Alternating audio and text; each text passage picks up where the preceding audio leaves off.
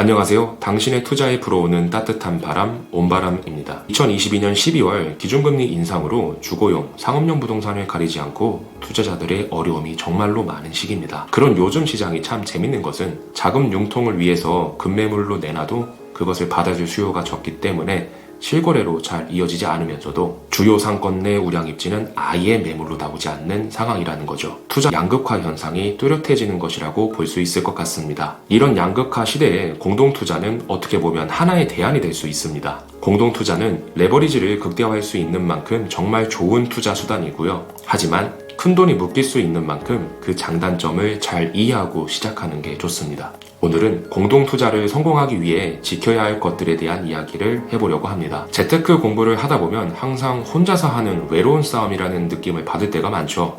물론 본인 스스로 판단하여 모든 일을 진행할 수 있다는 건 큰 장점이지만 한편으론 그만큼 리스크도 크죠. 그렇기 때문에 공동투자에 관심을 가지는 투자자들이 점점 많아지는 것 같습니다. 공동투자를 하게 되면 혼자서는 진입할 수 없는 상급지의 투자 매물을 검토할 수도 있고 실제 수익면에서도 큰 차이를 보이기 때문이죠. 공동투자가 위험부담을 줄이고 수익률을 높일 수 있는 일석이조의 투자 방법이라는 것은 확실합니다. 실패 없는 공동투자를 위해서는 다음의 세 가지를 꼭 생각해 보셨으면 좋겠습니다.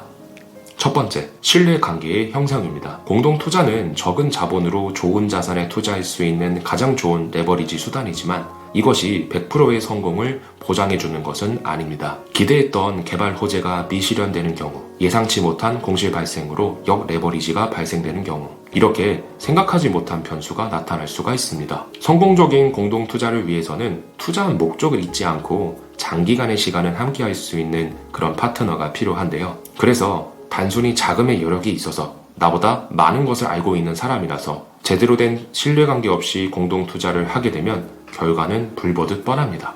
두 번째, 투자 레벨에 큰 차이가 나는 사람과는 공동투자를 하지 않을 것. 서로 간에 레벨 차이가 나는 투자자가 공동투자를 하게 되면 그 끝이 좋지 않은 경우가 더 많습니다. 상가 투자는 좋은 가격에 매수를 하는 것도 중요하지만 더 중요한 것은 매도를 언제, 얼마의 가격으로 하는가라고 말할 수 있습니다. 공동투자를 하는 파트너가 부동산에 대한 학습이 전혀 되어 있지 않다면 매도 시기나 금액에 대한 결정을 제대로 할 수 있을까요? 저는 절대로 불가능하다고 생각합니다. 세 번째, 의사결정 과정에서 공동투자자 간에 마찰이 있을 것이라는 것을 제대로 인지하고 시작하는 겁니다. 공동투자를 한다는 것은 절대로 쉬운 일이 아닙니다. 수익 극대화라는 같은 목적을 가지고 있으나 그것을 어떻게 만들어갈지에 대한 의견은 일치되기가 쉽지 않기 때문이죠. 실제 공동투자를 하고자 하는 분들은 이런 이야기를 많이 합니다. 우리는 10년간을 알아온 사이니까 의사결정 과정에 있어서 마찰이 없을 거다. 공동투자 하시는 분이 이미 투자 경험이 많기 때문에 선택에 있어서는 믿고 그분을 따라가 보려고요. 말은 쉬워도 실제로는 사소한 일로도 투자자 간의 다툼이 벌어지는 경우가 많습니다. 임대차 조건을 어떻게 조정할까? 매도 시기를 언제로 해야 할지, 매도될 수 있는 금액을 어떻게 해야 될지, 건물 관리를 직접 할지 아니면 업체에 맡길지. 살아온 인생이 다른 사람들이 모여서 같은 생각과 결정을 내린다는 것은 결코 쉬운 일이 아니죠. 그 과정 중에 마찰이 생긴다는 것은 절대로 피할 수 없습니다. 이게 바로 현실입니다.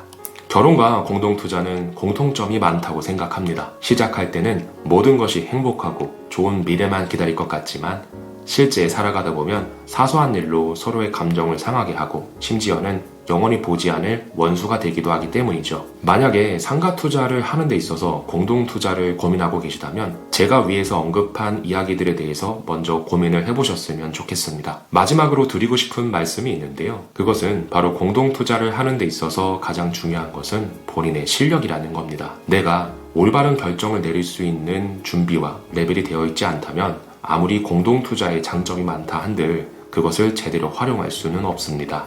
그렇기 때문에 스스로 부동산에 대한 레벨업을 하지 않은 투자자가 공동투자를 한다는 것은 저는 절대로 추천드리지 않습니다. 자, 저랑 같이 공부를 계속 해보시죠. 지금까지 당신의 투자에 불어오는 따뜻한 바람, 온바람이었습니다. 감사합니다.